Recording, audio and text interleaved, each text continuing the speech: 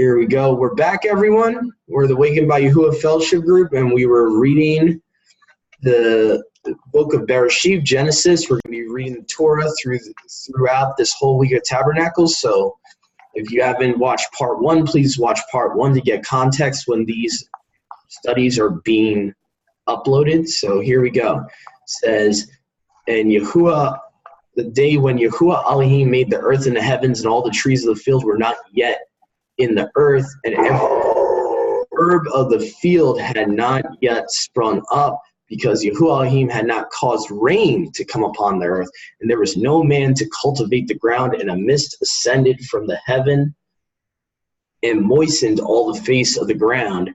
And Yahuwah Elohim created Adam from the dust of the ground and breathed upon his face the breath of lives, and it became in Adam a discoursing spirit. And Yahuwah Elohim planted a garden in the region of pleasantness, and in the time of the beginning, and he made to dwell there the man whom he had created.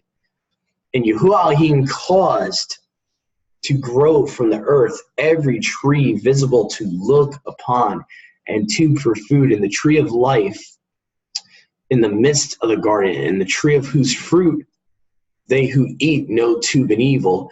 And a river went forth from Eden to water the garden, and from there it was divided and became four heads of rivers. The name of first is Pishon, that which surrounds all the land of Havilah, where is gold. Of that land is Tube, and there is Badalka and Beryllia stones, and the name of the second is Gishon, which surrounds all the land of Cush, and the name of the third is Digalath, which goes to the east of Ather. I'm guessing that's Ashur. It's just a weird way they worded it in the English there. And the fourth river is Ferat. And Yahuwah Elohim took Adam and placed him in the Garden of Eden to culture it, basically to be a gardener and to keep it. And Yahuwah Elohim commanded Adam, saying, of every tree of the Garden of Eden you may eat, but of the tree of whose fruit they who eat know between good and evil you shall not eat. From the day you eat of it, you shall die. And Yahuwah Elohim said, it is not right that Adam should be solitary, alone. I will make for him a helper, as for his sake. And Yahuwah Elohim created from the earth every beast of the field, every fowl of the heavens, and brought them to Adam to see what he would call them, and every which Adam called the living animal, that was its name. And Adam called the name of all the cattle and of the fowl of the heaven and every beast of the field. But Adam was not found a helper for him. And Yahuwah Elohim threw a sleep upon Adam, and he slept, and he took off his ribs and filled the flesh in place thereof. And Yahuwah Elohim builded the rib which he took from Adam into woman. He brought her unto Adam, and Adam said, this now is bone of my bone, flesh of my flesh. This shall be called woman, because from her husband this was taken. Therefore shall a man forsake the couch or house of his father and his mother, shall cleave to his wife.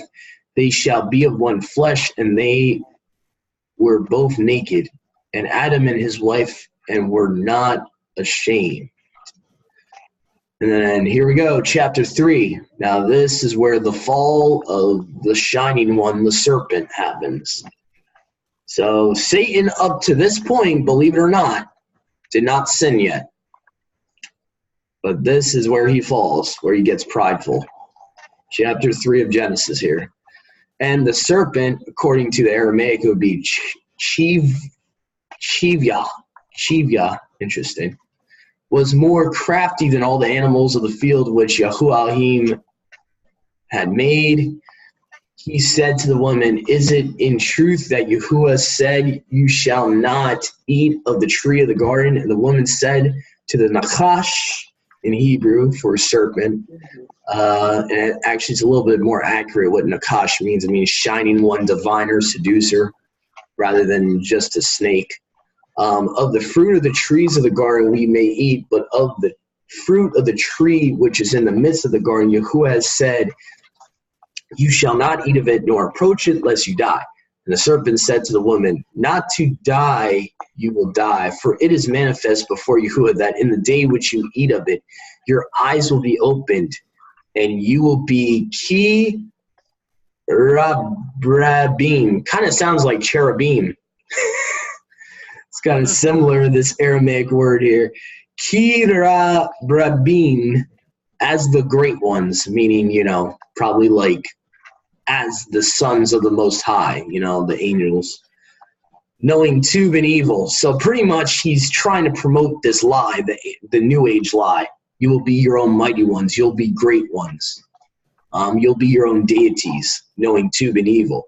And the woman saw that the tree was tube to eat and that it was salutary, meaning, desirable to the eyes, and a tree desirable to contemplate, and she took of its fruitage, iba is the Aramaic word, I guess, for that, iba, and ate, and she gave her husband with her, and he ate, and the eyes of both of them were open, and they knew that they were naked, and they sewed for themselves the leaves of the fig tree, and made for themselves cinctures, I guess, like that's clothing, garments.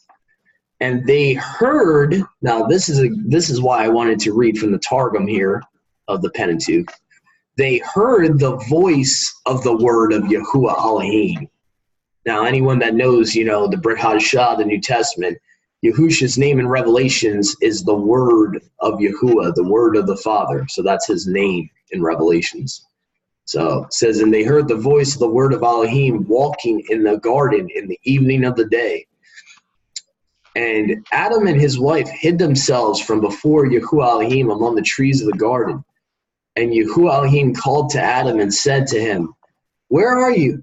And he said, the voice of your word heard I in the garden, and I was afraid because I, naked, and I would hide. And he said, who showed you that you were naked? Of the tree of which I commanded that eat of it you should not eat, have you eaten?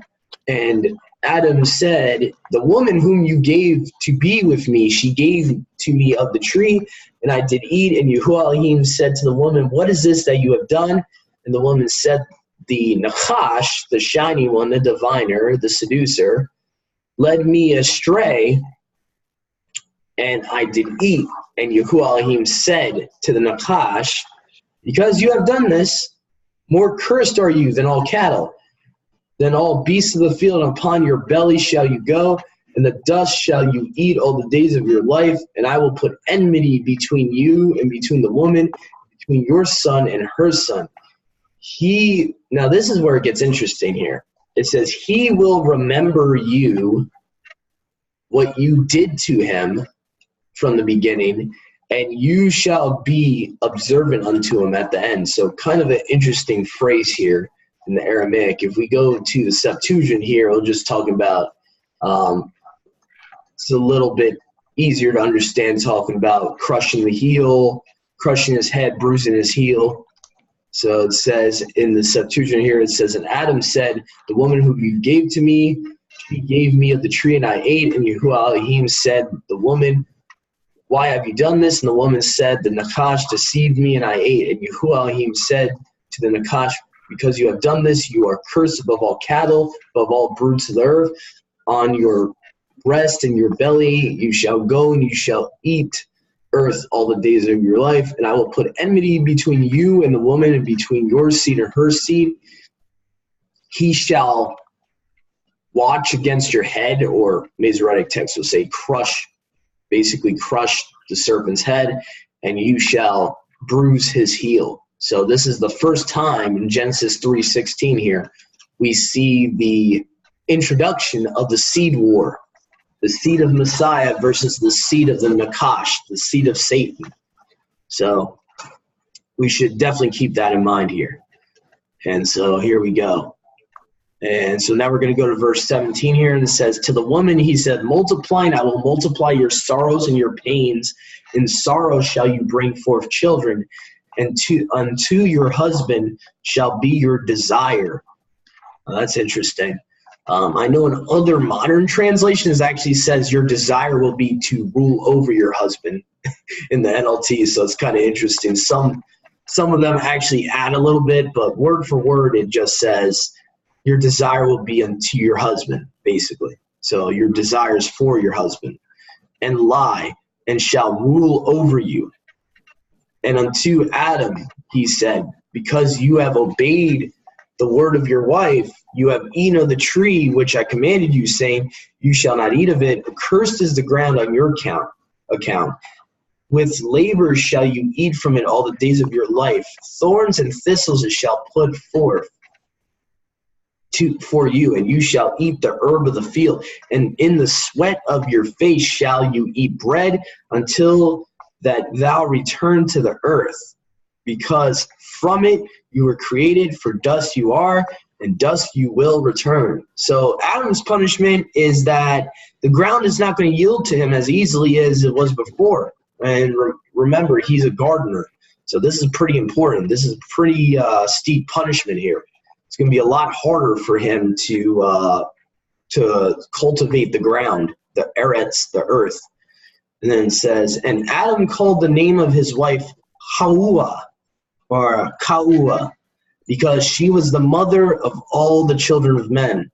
And in modern translations, we'll get the word Eve. The more correct word, the original word was Ha'ua. So that would have been, in English, that would be H-A-U-A, basically. So you will, and it says, because she is the mother of all the children of men, and says, and Yahuwah Elohim made for Adam and for his wife vestments of honor upon the skin of their flesh. Now that's interesting. That's something the Masoretic and the Septuagint doesn't even really include there. Honor, vestments of honor upon the skin of their flesh. Now that's pretty interesting. And clothe them. And Yahuwah Elohim said, behold, man has become singular or alone, or yakid, or yakid, in the world by himself, knowing good and evil. Now, lest he stretch forth his hand and take also the tree of life and eat and live forever. And Yahuwah Elohim sent him forth from the Garden of Eden to till the ground from where he had been created. He drove out the man before the Garden of Eden. He caused to dwell the cherubim and the sharp sword which revolves to keep the way of the tree of life. So he had cherubim guarding the tree of life, and I believe he had his son Yahusha actually guarding the tree of life, the sharp sword, the double-edged sword that we see in the New Testament. So the word of Yahuwah possibly was even guarding the tree of life. So one thing I didn't want to speak on, because people will say, well, why didn't he allow him to, eat the tree of life? He could have reversed it. I think what this is just a theory of mine. I can't prove it. I'm not trying to add to scripture or anything, but I'm just speaking my theory is that if he would have ate the tree of life, if the Father and the Son would have allowed Adam and Kuah both to eat the tree of life, they would have had eternity, but in their fallen state. And it would have actually been more of a curse for them to have to live forever in these fallen, decrepit, mortal bodies, if that makes any sense. So I actually think that makes a lot of sense why it's more of a loving thing that the Father and Son didn't want them taking the tree of life after they took part of the tree of knowing the knowledge of good and evil. That's just my opinion. I mean, I could be wrong, but I agree. It makes sense to me.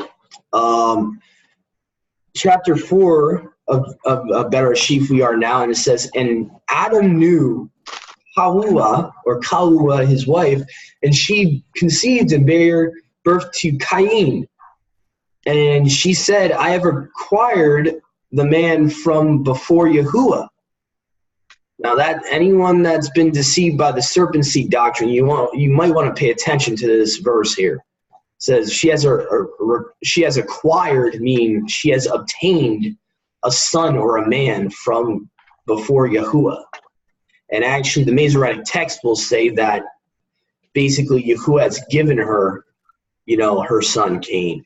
So it's like a gift from Yahuwah. So just want to put that out there. You might want to rethink the whole serpent seed doctrine thing. But anyway, and she added to give birth to his brother Habal, and Habal was a shepherd of the flock, and Cain a man working on the ground. And it was at the end of days that Cain brought of the product of the earth an oblation before Yahuwah, and Abel he brought also of the firstborn of his sheep and of the fatlings.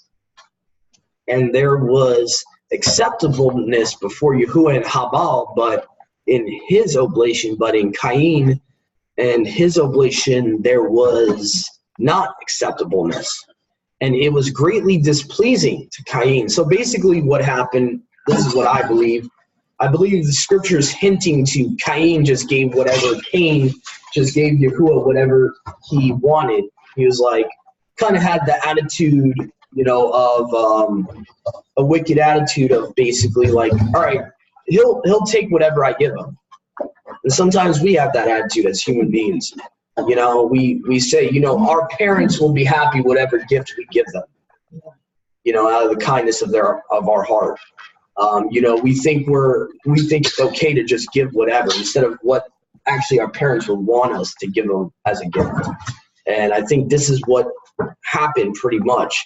And Yahuwah, in his law, in his eternal law, he requires your first fruits. Okay, and this possibly might have been, there might have been some type of feast back then that, were the same feast in Leviticus 23 possibly. I don't know for sure. I don't have proof of it because it really doesn't say it in Bereshit, but it's possible that they were keeping, first fruits, and Cain just gave Yahuwah whatever he wanted, not thinking about what's commanded in Yahuwah's eternal law. And so that's why Yahuwah didn't accept it, and this angered Cain, and Cain is now allowing sin to come in now. I think that it wasn't just whatever he wanted to give. I think it was the rotten fruit, the stuff that he would not eat is what he gave. That would make sense. Yeah. It says it was greatly displeasing. In his mind, he was thinking, well, if I won't eat it, then it's not going to be eaten. It's just going to be burned up. So I don't care. That's the carnal mind. Wow. That's bad. Wow. Yeah. That's why his was not accepted. And it was greatly displeasing to Cain, and his countenance was downcast. And Yahuwah said to Cain, why are you displeased? And why is your countenance downcast? If you do your work well, meaning if you do well, you do what I ask you, basically, is it not remitted to you? Basically, this goes back to the book of Proverbs, like, how, we give to Yahuwah, it's given back anyway. It says in the book of Proverbs, I read this the other day, a man who lends to the poor lends to Yahuwah, and it's paid back to him.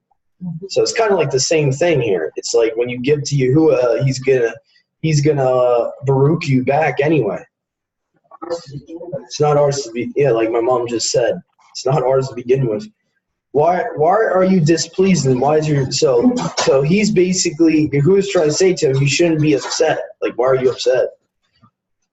And if you did not work well, your sin or your transgression of the law unto the day of judgment is reserved. Now that's interesting. There's not all of that in our modern Bibles. Then it will be exacted of you if you convert not, basically repent. If you do not repent, but if you convert, it is remitted to you. So meaning your sin will be forgiven. And Cain spake with Abel his brother, and it was in their being in the field that Cain rose against Abel his brother and killed him. Now, most likely, according to extra biblical books, which I'm not saying I believe Jasher is inspired, but I'm just saying Jasher kind of gives the book of Jasher kind of gives a little bit more information what was happening with Cain and Abel in that field. So you want to test it for yourselves, you can kind of get a better idea of what was going on. But basically, Cain was mad, took it out on his brother, and slew him on purpose, and murdered him. And Yahuwah said to Cain, "Where is Abel your brother?" And he said, "I know not. Am I the keeper of my brother?" So it's not bad enough that he lied and said, "I don't know." Then he follows it up by saying, "Am I my brother's keeper?" Like, is it my job to know where he is? Like, he's saying that to the creator of heaven and earth. Like, that's pretty bad. And he said, "What have you done? The voice of the blood of generations which were to come from your brother complains before me." Now that's interesting. That kind of gives like a picture of the seed of Abraham a little bit, the way the Aramaic puts it.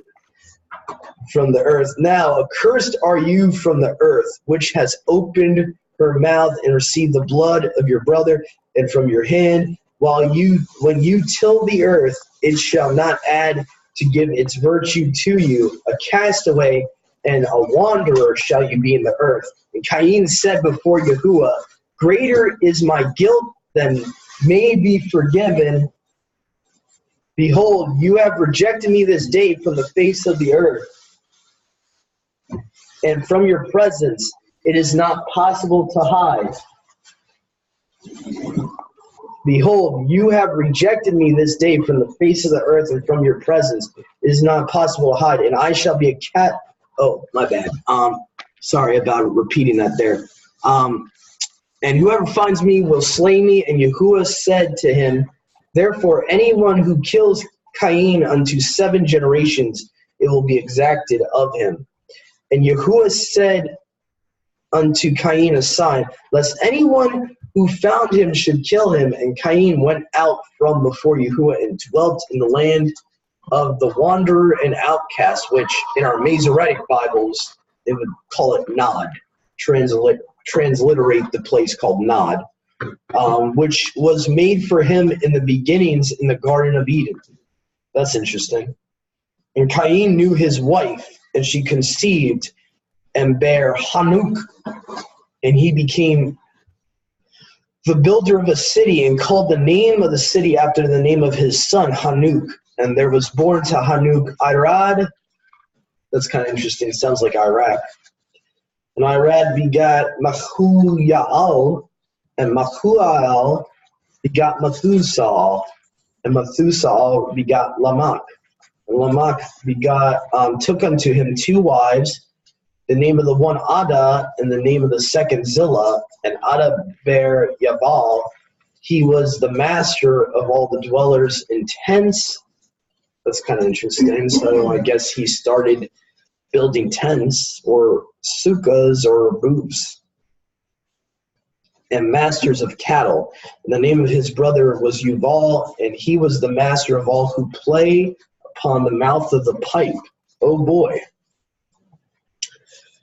Maybe this is where we get the Pied Piper from. I don't know. Who knew the song of the harp and of the organ? So wow, this guy, I guess he was the forefather of, music with mankind. And Zillah also, she bare Tuval Cain, and the master of all them who understand the working of brass and iron. So he was like what would be that, a blacksmith? Yeah. So the sister of Tuval Cain was Naamah, and Lamech said to his wives, Ada and Zillah, "Hear my voice, wives of Lamech, attend to my words. I have not slain a man that on his account I should bear the condemnation of death, or destroyed a young man that on his account my posterity should be consumed.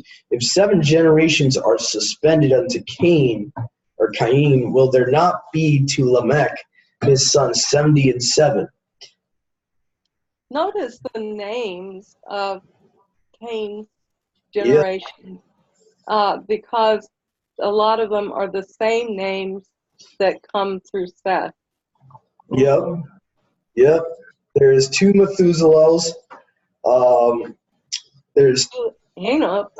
2 Enochs, 2 Mahuyaels, if I'm not mistaken, too. The guy that begot Methuselah, there's 2 of him.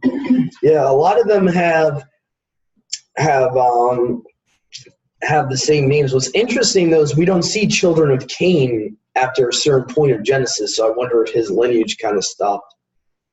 At the flood, I don't believe any of his descendants came across, but they may have.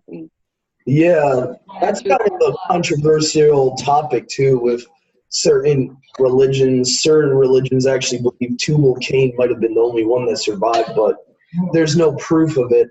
The Gnostics believe that Tubal-Cain somehow sneaked upon the ark, and stuff like that. And there's a lot. According to the book of Yasher, in the book of Yasher, Tubal-Cain killed, or caused to kill. He was just a little boy and caused the death of His grandfather Cain. Yeah, I think he caused the actual death of Cain and someone else. I can't remember who it was, but Yeah. They shot an arrow. I think they were out hunting for exactly. and he caused Lamech. That's why it says here Lamech is putting the same curse upon himself that Cain had. He's saying, anyone that kills me, I'll be avenged, 77-fold. So he's trying to do what you. Yeah. It was a different Lamech. Oh, okay. Again, we have a parallel between the names because Lamech was the son of Methuselah in Seth's line. Yeah, and that's the Lamech that fathered Noah. Yeah, this is a different Lamech. This is the Lamech of Cain's lineage, as it says here. Exactly. Yeah, it's important to keep in mind too. This is Cain's whole lineage here. Hanuk begot all these other guys. So Hanuk of Cain's line begot this Lamech, who, in the book of Jasher, actually was caused to kill Cain, his grandfather, or however generations goes back to Cain. He killed Cain and I think one other person because of Tubal-Cain, the little boy Tubal-Cain, when he was a boy, caused his supposedly the story in Jasher is that Lamech's eyes, he was getting old and his eyes were messing up, and he had to depend on Tubal-Cain to hunt with. So that's the story. And supposedly it may have been a different, I think it was a different Tubal-Cain even after I thought about it, because this Tubal-Cain came through Seth's line as well. I think he was Lamech's grandson, perhaps. It's hard to remember these relationships. I can't even remember relationships in the present age, much less back then. But,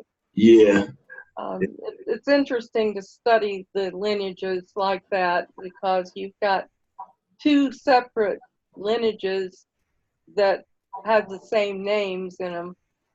Mm-hmm. Yeah. It's hard to separate who's who. It is. So we have Javal. This other guy named Javal was the master of all the dwellers in tents, and then it goes through this.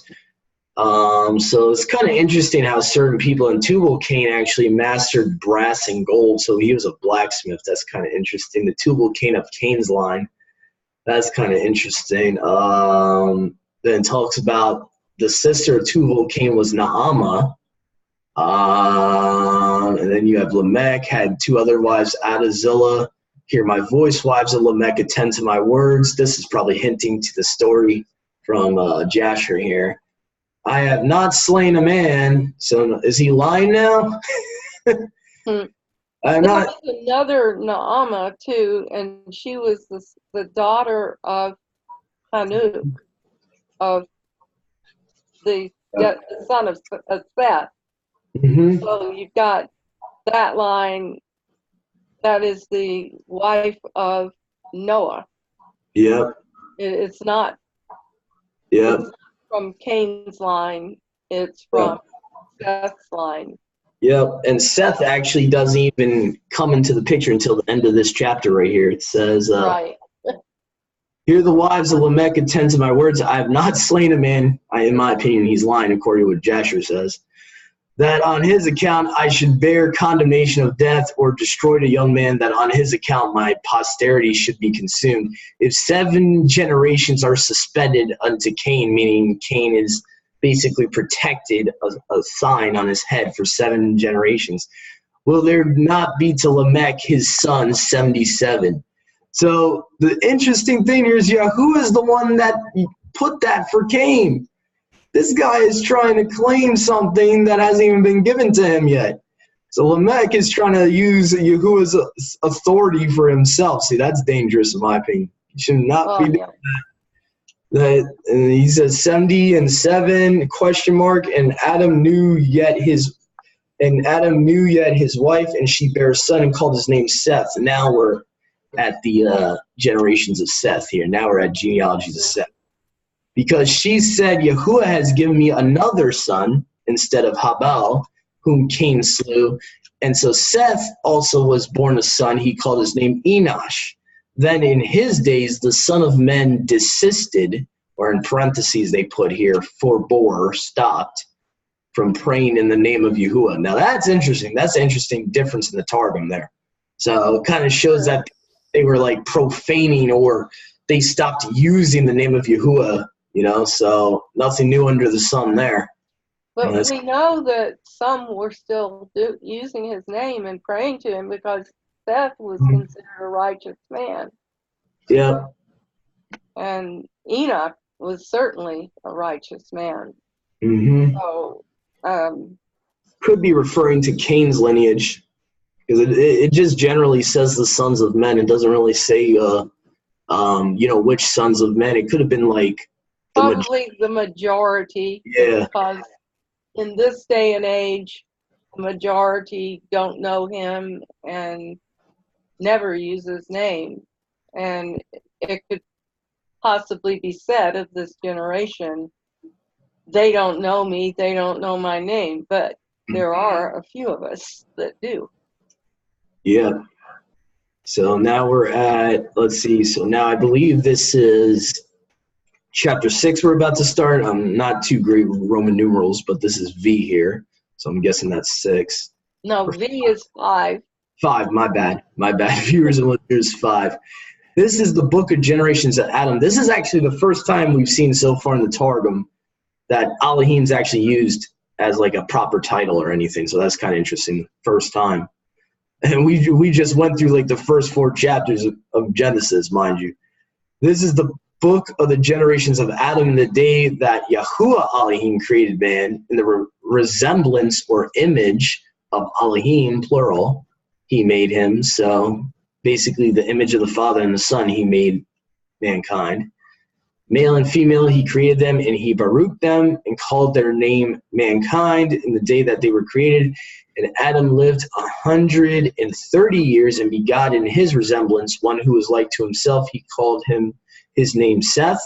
In the days of Adam, he had begotten Seth, were 800 years, and he begat sons and daughters. And all the days of Adam which he lived were 930 years, and he died. And Seth lived 105 years and begat Enosh. And Seth lived after he had begot Enosh 807 years and begat sons and daughters. And all the days of Seth were 912 years, and he died. So, wow, you got 800 years. And then, let's see, Seth died at 900, 912 years, it says right here. Wow. Yeah. So obviously these guys still have a very long longevity, but you'll see in the next chapter we get to chapter 6 today, how that changes, how one event changes that. And Enosh lived 90 years and begot Canaan. So I think Enosh would have been one of those that actually called on Yahuwah's name, I would think, because he's living like 90 years. And begot Canaan. So Canaan is different from Canaan. I want to make that clear. This is not Canaan of Noah's lineage. This is Canaan. This is a different person. And Enosh lived after he had begotten Canaan 815 years and begot sons and daughters, and all the days of Enosh were 905 years, and he died. And Canaan lived 70 years and begot Mahalal, and Canaan lived after he had begotten Mahalal 840 years, and he begot sons and daughters. All the days of Canaan were 910 years, and he died. And Mahalal lived 65 years and begot Yared. Here we go, Jared. The days of Jared now. And Mahalal lived after he had begotten Yared 830 years and begot sons and daughters. And all the days of Mahalal were 895 years, and he died. So now, interesting, now we're getting less than 900, and now it's starting to go down more. So something's happening right now. And Yared lived 162 years and begot Hanuk.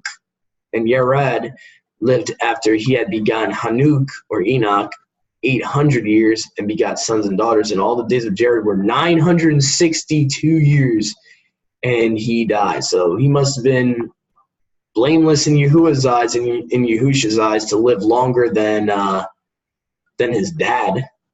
Interesting. Yared lived longer than Mahalal. That's kind of interesting. And Hanuk lived 65 years and begot Methuselah. And Hanuk walked in the fear of Yahuwah. Now, most manuscripts like the Septuagint, the Samaritan Pentateuch, the Masoretic text will just say he walked with Yahuwah. He pleased Yahuwah, it says in the Septuagint, so it's a little bit more specific in the Septuagint, but most of the time it's not as specific as this. He walked in the fear of Yahuwah after he had begotten Methuselah 300 years and begot sons and daughters, and all the days of Hanuk were 365 years. It's interesting. One year more than what we get in a normal secular calendar. That's kind of interesting. Like 364 days we have in a year now in the secular calendar, so that's kind of interesting. He lives 365 years, and Hanuk walked in the fear of Yahuwah, and he was not, for Yahuwah had not made him to die. And so if you read the book of Enoch, he actually comes back to the earth after he's taken up into heaven to see heaven and see visions that the Father gives him. That is written in the book of Enoch. So he actually was not literally ascended up into heaven to be in there and to be up there with the Father and the Son. He was taken up physically, yeah, but he was brought back down. The book of Enoch, elaborates on that and shows that. And Methuselah lived. I just wanted to bring out the fact that Yahusha says, "For no man has ascended into heaven," and it would make him a liar if you believe otherwise. Yeah, he's not a liar. No, not at all. And the same thing with Yirmiyahu. He was taken up in Yirmiyahu, he didn't even really get taken up in a vision. It was more like a whirlwind. It says that he was taken up in a whirlwind and probably into the firmament, and then he was brought back down. So the same thing with Yirmiyahu. Yirmiyahu, it wasn't even on the same level as Enoch. Enoch was actually taken up into the third heaven and seen stuff that most mortals have never seen and stuff like that. So yeah, Eliyahu. Eliyahu. It is, Eliyahu. I was going to correct you. Yeah, my bad. Jeremiah, I'm sorry. Yeah, my bad. It was Eliyahu I was referring to. He was taken up in a whirlwind and just brought